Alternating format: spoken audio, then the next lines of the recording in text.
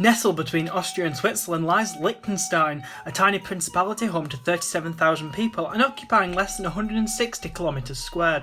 Despite being smaller than Washington DC, it's a fully sovereign nation-state with its own somewhat familiar national anthem, flags, economy and ruling family.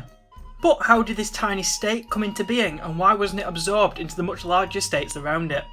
Our story starts in 1608 with the wealthy Liechtenstein family, a family named after its fancy castle located just outside Vienna. Known for its impressive wealth and ownership of vast swathes of land across Central Europe, several Liechtensteins also served as senior advisors and acquaintances of the Habsburg dynasty, which, if you know anything about Central European history, you'll know were definitely a good family to be acquainted with. The Liechtensteins had it all, except power.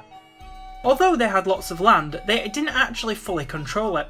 All their land was held in fief under one or more senior feudal lords, a situation that meant despite their vast wealth, they didn't have any direct political power, and annoyingly for the Liechtensteins, meant they didn't qualify for the fancy title of prince, and most importantly, didn't qualify for a seat in the imperial diet.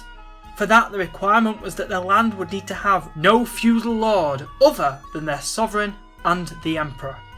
In short, no seat in the imperial diet means no power. But the Liechtensteins' dream of being a princely family would finally come true when Karl of Liechtenstein sided with Archduke Matthias in a dispute against his brother, Emperor Rudolf II. A dispute which would eventually lead to Matthias becoming Holy Roman Emperor and Rudolf II being locked up in prison. And ultimately to the 30 Years' War. In return for his loyalty to Matthias, in 1608 Karl of Liechtenstein was granted the title Prince of Liechtenstein, which, although doubtlessly improving his bragging rights, status, and giving him reason to commission the fancy ducal hat of Liechtenstein, didn't actually give him any more power, because the title didn't change the status of his lands. They were still held in fief under the feudal lords, so he still didn't have a seat in the imperial diet, and remember, no seat in the imperial diet means no power. But in 1699, the Liechtenstein's quest for power was finally over. Not content with his fancy ducal hat and princely title, Hans Adam I, Prince of Liechtenstein, approached the Count of Hohenems, whose extravagant spending had forced him into selling some of his lands in order to pay off his huge debts.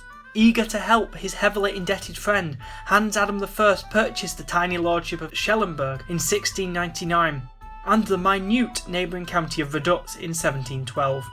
Despite being incredibly small, Schellenberg and Vaduz had exactly the political status required by the Liechtensteins, no feudal lord other than their sovereign and the emperor, thus qualifying the Prince of Liechtenstein for a seat in the imperial diet. Finally, after years of waiting, the Liechtensteins had the power they wanted. On the 23rd of January 1718, Charles V, Holy Roman Emperor, decreed that Vaduz and Schellenberg were to be united, and he elevated the newly formed territory to the status of a principality and gave it the name of its ruling family, Liechtenstein.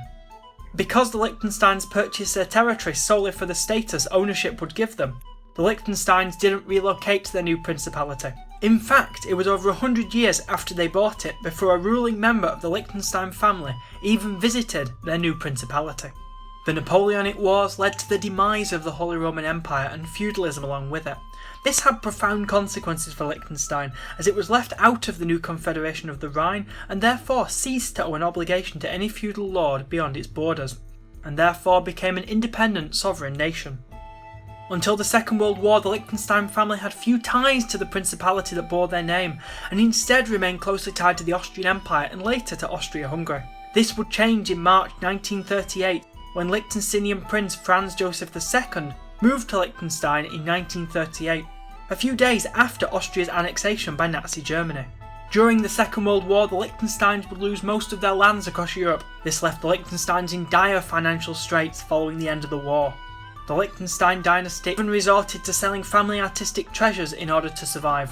However, in subsequent years, Liechtenstein prospered during the decades following the war as its economy modernised. By the late 1970s, it had used its low corporate tax rates to draw many companies and corporations to the country, and became one of the wealthiest countries in the world per capita.